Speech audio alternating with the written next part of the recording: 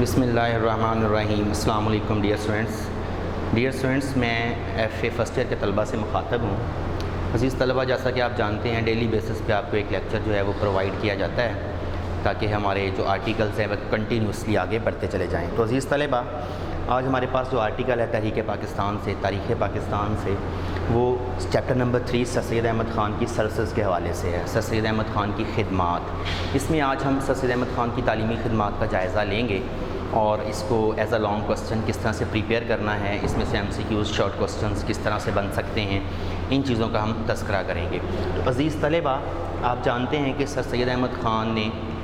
اس وقت مسلمانوں کے لیے یا مسلمانوں کی ترقی کے لیے کام شروع کیا جب مسلمان بالکل خستہ حال اور تباہی کا شکار تھے۔ انگریز حکومت اور ساتھ ایک میجورٹی نیشن یعنی ہندو جو تھے وہ مل کر مسلمانوں کو دبانے کی کوشش کر رہے تھے۔ اس میں اگر آپ تحریک علی گڑھ کی یا سر سید احمد خان کی خدمات کا تذکرہ جب ہم کرتے ہیں تو اس کی سرسز بیسیکلی تحریک علی گڑھ کی وہ 4 حصوں پر مشتمل ہے، جس میں ہم سر سید احمد خان کی تعلیمی خدمات کا ذکر کرتے ہیں، سر سید احمد خان کی معاشی اور معاشرتی خدمات کا ذکر ہوتا ہے، سر سید احمد خان کی سیاسی خدمات کا ذکر ہوتا ہے، اور اس کے بعد سر سید احمد خان کی مذہبی خدمات کا ذکر ہوتا ہے۔ آج ان میں سے ہمارے پاس جو آرٹیکل ہے وہ سر سید احمد خان کی تعلیمی خدمات ہے۔ اچھا، بیسیکلی ایگزام کے اندر سیپریٹلی سر سید احمد خان کی تعلیمی خدمات کے حوالے سے پوچھا جاتا ہے، یا اس کے علاوہ بعض اوقات سر سید احمد خان کی تعلیمی اور سیاسی خدمات کو ملا کر لانگ کوسچن پوچھ لیا جاتا ہے۔ لانگ کوسچن میں یہ پوچھا جاتا ہے کہ سر سید احمد خان کی تعلیمی اور معاشی خدمات دونوں پر لکھیں، تو اس لحاظ سے ہم پھر میٹیریل کو کم زیادہ ایڈجسٹ کرتے ہیں۔ تو آج ابھی ہم صرف اور صرف آپ تعلیمی خدمات کو پریپیئر کریں گے۔ اس میں سر سید احمد خان کی تعلیمی خدمات کے حوالے سے آپ تھوڑا سا پرسپیکٹیو پس منظر لکھیں گے، جس میں مسلمانوں کی اس وقت کی معاشرتی حالت کا ذکر کریں گے۔ اس کے بعد پھر بتائیں گے کہ سر سید احمد خان نے 1857 کی جنگ آزادی کے بعد یہ اسیس کیا، یہ اندازہ لگایا کہ مسلمانوں کے زوال کی ایک بڑی وجہ یہ بھی ہے کہ مسلمان تعلیمی لحاظ سے بہت پیچھے ہیں۔ اگر انہیں دوسری اقوام کے برابر معاشرے کے اندر مقام حاصل کرنا ہے تو انہیں اسٹرگل کرنی پڑے گی، انہیں محنت کرنی پڑے گی، اور انہیں تعلیمی لحاظ سے آگے آنا پڑے گا۔ تعلیمی طور پر یہ تعلیمی میدان میں جب آگے آئیں گے، تعلیمی طور پر ترقی کریں گے تو تمام دوسرے شعبہ جات جو زندگی کے ہیں اس میں ان کی ترقی ممکن ہے، ورنہ نہیں۔ اچھا، اب سر سید احمد خان کی تعلیمی خدمات کا جب آپ ذکر کریں گے تو اس میں آپ فرسٹ آف آل تو پیراگراف کی فارم میں بک کے اندر لکھا ہوا ہے، اس کو آپ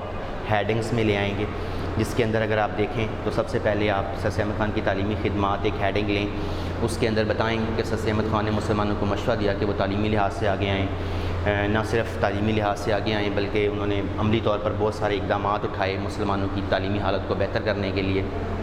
جس میں انہوں نے مختلف اداروں کا قیام، سوسائٹیز کا قیام، پھر رسالوں کا اجرا وغیرہ، اس کا ایک جنرل اوور ویو آپ دے دیں گے اس ہیڈنگ کے اندر۔ اس کے بعد پھر آپ تعلیمی اداروں کا اجرا جو ہے اس کا ذکر کریں گے۔ اس کے اندر آپ سب ہیڈنگز بھی بنا سکتے ہیں، جس میں بتائیں گے کہ سر سید احمد خان نے کب کب کون کون سے تعلیمی ادارے قائم کیے ہیں، جس کے اندر آپ مراد آباد کا ذکر کریں گے، آپ غازی پور مدرسے کا ذکر کریں گے، آپ MAO ہائی اسکول کا ذکر کریں گے، MAO کالج کا ذکر کریں گے، اس کے علاوہ سائنٹیفک سوسائٹی کا ذکر کریں گے، اس کے بعد پھر آپ محمدن ایجوکیشنل کانفرنس کا ذکر کریں گے۔ تو یہ جو انسٹیٹیوشن سر سید نے قائم کیے ہیں یا ادارے بنائے ہیں، ان کا آپ تذکرہ کریں گے، سب ہیڈنگز میں لے جائیں گے ان کو، تعلیمی اداروں کو، تو اس ہیڈنگ کے اندر 1 سے 1.5 پیج جو ہے وہ آرام سے آپ لکھ لیں گے۔ اچھا، اس کے بعد پھر سائنٹیفک سوسائٹی کو سیپریٹلی آپ ایک ہیڈنگ کے طور پہ لے سکتے ہیں، جس میں آپ بتائیں گے کہ سر سید احمد خان نے 1863 عیسوی میں سائنٹیفک سوسائٹی قائم کی، کیونکہ وہ مسلمانوں کو جدید تعلیم دینا چاہتے تھے، اور سارا جدید نصاب اور جدید تعلیم جو تھی وہ بیسیکلی مغربی زبانوں میں تھا، پھر مغربی زبانوں کو کنورٹ کرنا تھا، ان کے تراجم کروانے تھے فارسی اور اردو وغیرہ میں، تو اس کے لیے انہوں نے ایک ادارہ قائم کیا سائنٹیفک سوسائٹی 1863 تاکہ جدید نصاب جو پڑھانا ہے مسلم بچوں کو اس میں آسانی ہو۔ اس کے بعد جدید نصاب کی آپ ہیڈنگ لے لیں گے کہ سر سید احمد خان نے مشرقی علوم کے علاوہ جو مغربی علوم تھے یا یورپ کے اندر جدید نصاب پڑھایا جا رہا تھا اس کو فوکس کیا، اسپیشلی جغرافیہ، میتھمیٹکس، سائنسی علوم وغیرہ، یہ سارے اپنے جو تعلیمی ادارے تھے ان کے اندر ان کو رائج کروایا۔ تو یہ سر سید احمد خان کی ایک بہت بڑی تعلیمی خدمت بھی تھی۔ اس کے بعد علی گڑھ انسٹیٹیوٹ گزٹ ہے، یہ علی گڑھ کے پلیٹ فارم سے یعنی علی گڑھ سے ایک گزٹ، ایک رسالہ شائع کیا جاتا تھا جس کے اندر مسلمانوں کو معاشرتی حالت بہتر کرنے کے لیے مختلف چیزیں بتائی جاتی تھیں، مسلمانوں کو جو سیاسی لحاظ سے مسلمانوں کی اپلفٹنگ، مسلمانوں کی اخلاقی لحاظ سے جو اصلاح تھی وہ اس گزٹ کے ذریعے کی جاتی تھی، یعنی رسالے کے ذریعے کی جاتی تھی۔ اٹھنے بیٹھنے کا طریقہ، چھری کانٹے کا استعمال، یہ ساری چیزیں جو ہیں وہ سکھائی جاتی تھی۔ اس کے بعد ایم اے کالج علی گڑھ یا اس سے پہلے ایم اے ہائی اسکول علی گڑھ جو ہے، ان کی بھی آپ سیپریٹ ہیڈنگ لے سکتے ہیں، بیکاز سر سید احمد خان کی جو ریناؤنڈ جو سروس ہے یا بہت بڑی خدمت ہے مسلمانوں کی تعلیمی حالت کو بہتر کرنے کے لیے، ایجوکیشنل اپلفٹنگ کے لیے، وہ ایم اے ہائی اسکول تھا۔ ایم اے ہائی اسکول 1875 میں ایم اے ہائی اسکول قائم کیا، جو بعد ازاں 1877 میں کالج بنا۔ اچھا، اس ادارے کو پھر آپ ایکسٹینڈ کر سکتے ہیں اس کے میٹیریل کو لکھتے ہوئے کہ سر سید احمد خان کا انگلینڈ کا وزٹ تھا، پھر وہاں پہ انہوں نے آکسفورڈ یونیورسٹی کا نظام تعلیم دیکھا، پھر فیصلہ کیا کہ برصغیر میں مسلمانوں کے لیے ایک نظام تعلیم قائم کیا جائے گا۔ واپس آ کر انہوں نے کمیٹیاں بنائیں، کمیٹیوں نے سرچ کیا اور پھر یہ ادارہ قائم کیا۔ یہ ادارہ 75 میں علی گڑھ میں قائم ہوا ہے، اس کا نام رکھا گیا، اور یعنی محمدن ایجوکیشنل ایم اے او، محمدن اینگلو اورینٹل۔ تو اس کے بعد پھر آپ بتائیں گے کہ اس کے اندر بڑا جدید نصاب تھا، نظام تعلیم بہت جدید تھا، ماہر اساتذہ پڑھا آتے تھے، ریزیڈینشل انسٹیٹیوشن یعنی رہائشی ادارہ تھا، ہاسٹل کی سہولت موجود تھی، برصغیر کے دور دراز علاقوں سے مسلم بچے جو تھے اور دیگر دوسرے نیشنز کے جو اسٹوڈنٹس تھے یعنی ہندو وغیرہ بھی وہ تعلیم حاصل کرنے کے لیے علی گڑھ کا رخ کرتے تھے۔ یہ ساری چیزیں آپ وہاں پہ ایکسپلین کریں گے۔ اچھا، اس کے بعد پھر محمدن ایجوکیشنل کانفرنس، یہ بہت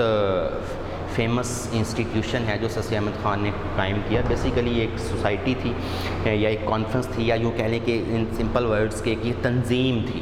اچھا، یہ 1886 میں قائم ہوئی۔ اب سر سید احمد خان نے کچھ ادارے قائم کیے جیسے مراد آباد، غازی پور ایم اے ہائی اسکول وغیرہ، لیکن ان اداروں کے ذریعے تو تمام کے تمام برصغیر کے جو مسلم بچے تھے ان کو ایجوکیشن دینا ممکن نہیں تھا، تو اس کے لیے جگہ جگہ یا مختلف علاقوں کے اندر، مختلف صوبوں کے اندر تعلیمی ادارے قائم کرنے کی ضرورت تھی، تو اس کے لیے محمدن ایجوکیشنل کانفرنس قائم کی گئی۔ محمدن ایجوکیشنل کانفرنس کا مقصد جو تھا وہ مسلمانوں کی تعلیمی حالت بہتر کرنے کے لیے ایک تو فنڈز پرووائڈ کرنا، یعنی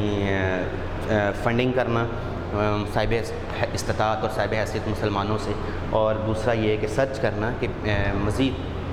بہتر انداز میں کس طرح سے مسلمانوں کی تعلیمی حالت کو بہتر کیا جا سکتا ہے۔ بعد ازاں محمدن ایجوکیشنل کانفرنس نے مسلمانوں کی سیاسی نمائندگی، سیاسی حالت کو بہتر کرنے کے لیے بھی بہت عمدہ کام کیا ہے۔ محمدن ایجوکیشنل کانفرنس ایک بہترین انسٹیٹیوشن تھا۔ اچھا، محمدن ایجوکیشنل کانفرنس چونکہ ایک تنظیم تھی، پھر اس کی شاخیں برصغیر کے تمام صوبوں میں قائم کی گئی، مرکزی دفتر اس کا علی گڑھ میں تھا۔ پھر محمدن ایجوکیشنل کانفرنس نے مسلمانوں کی سیاسی جو نمائندگی تھی اس کے لیے بڑا امپورٹنٹ کام کیا تھا۔ اچھا، اس کے بعد پھر آپ آگے بڑھیں گے تو بتا دیں گے کہ یہ ایم اے کالج جو تھا یہ 1920 میں یونیورسٹی بن گیا تھا۔ محمدن ایجوکیشنل کانفرنس کی وجہ سے کئی انسٹیٹیوشن، دیگر ادارے دوسرے قائم ہوئے تھے۔ یہ ساری چیزیں جو ہیں ان کا آپ تذکرہ کرتے چلے جائیں گے۔ اچھا، اب پھر میں رپیٹ کر رہا ہوں کہ اگر تو صرف تعلیمی خدمات پر لانگ کوسچن پوچھا جاتا ہے، آپ کے پاس آؤٹ لائنز ہوتی ہیں، ہیڈنگز ہوتی ہیں، آپ کوشش کرتے ہیں کہ ہر ہیڈنگ کے اندر میکسیمم زیادہ سے زیادہ میٹیریل جو ہے وہ لکھا جائے تاکہ کوسچن کی لینتھ جو ہے وہ برقرار رہے۔ اچھا، دوسری طرف پھر کیا کرنا ہوتا ہے کہ اگر کوسچن جو ہے وہ ریلیٹ کر جاتا ہے، مطلب لانگ کوسچن پوچھا جاتا ہے کہ سر سید احمد خان کی تعلیمی خدمات کے ساتھ ساتھ آپ معاشی و معاشرتی یا سیاسی خدمات کا بھی تذکرہ کریں، تو اس کے لیے پھر ضروری ہوتا ہے کہ ہم کسی نہ کسی طرح سے اس میٹیریل کو لمیٹڈ رکھیں۔ ان کے اندر جو ہم نے میٹیریل لکھنا ہے مطلب مخصوص چیزیں اور جو پرومیننٹ چیزیں ہیں ان کو ہم لکھیں، اور ساتھ تاکہ ہمارے پاس اسپیس بن جائے کہ ہم سیاسی خدمات کا بھی پھر تفصیل سے تذکرہ کر لیں یا ان کو لکھ سکیں۔ تو اس طرح سے ہم اپنے لانگ کوسچن کو بہتر انداز میں پریپیئر کرتے ہیں۔ اب آ جاتے ہیں تعلیمی خدمات ایز اے لانگ میٹیریل کس طرح سے پریپیئر کرنا ہے، ہیڈنگ کس طرح سے جنرل ہیڈنگز بنیں گی، ان کے اندر سب ہیڈنگز بن سکتی ہیں، یہ میں نے آپ کو بتا دیا۔ آپ لانگ کوسچن کو جب پریپیئر کریں گے، پریپیئر کرتے وقت پریپریشن کا یہ حصہ ہوتا ہے کہ آپ نے اپنے میٹیریل کی ارینجمنٹ کو مد نظر رکھنا ہوتا ہے کہ کس چیز کو کس جگہ پہ لکھنا ہے، کس انداز میں لکھنا ہے۔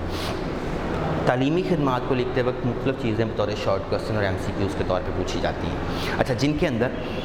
فرسٹ آف آل تو وہ انسٹیٹیوشنز کے حوالے سے پوچھ لیتا ہے کہ بتائیں جی سر احمد خان نے ابتدائی طور پر جو 2 ادارے قائم کیے تھے وہ کون سے تھے. اس میں مراد آباد، غازی پور آپ کو پتہ ہونا چاہیے، اور ان کی یہ جو ڈیٹ ہے کہ کس ڈیٹ میں وہ قائم ہوئے ہیں اس کا تذکرہ لازمی ہونا چاہیے، پتہ ہونا چاہیے آپ کو، جس کے اندر مراد آباد 1859 ہے، غازی پور 1862 ہے. یہ چیزیں آپ کو پتہ ہونی چاہیے. اچھا، دوسری طرف MU ہائی اسکول جو ہے وہ کب بنا، کب کالج بنا، پھر اس کا افتتاح کس نے کیا جب وہ کالج بنا، اس کو گورنمنٹ نے کیا سپورٹ کیا، یہ سارا میٹیریل کے اندر موجود ہے کہ جناب لارڈ لیٹن جو تھا وہ برصغیر کا وائس رائے تھا ایٹ دیٹ ٹائم 1875 میں. وہ وہاں سے دلی سے علی گڑھ آیا، اس نے کالج کا افتتاح کیا، کالج کو کچھ زمین ایکوائر کر کے دی،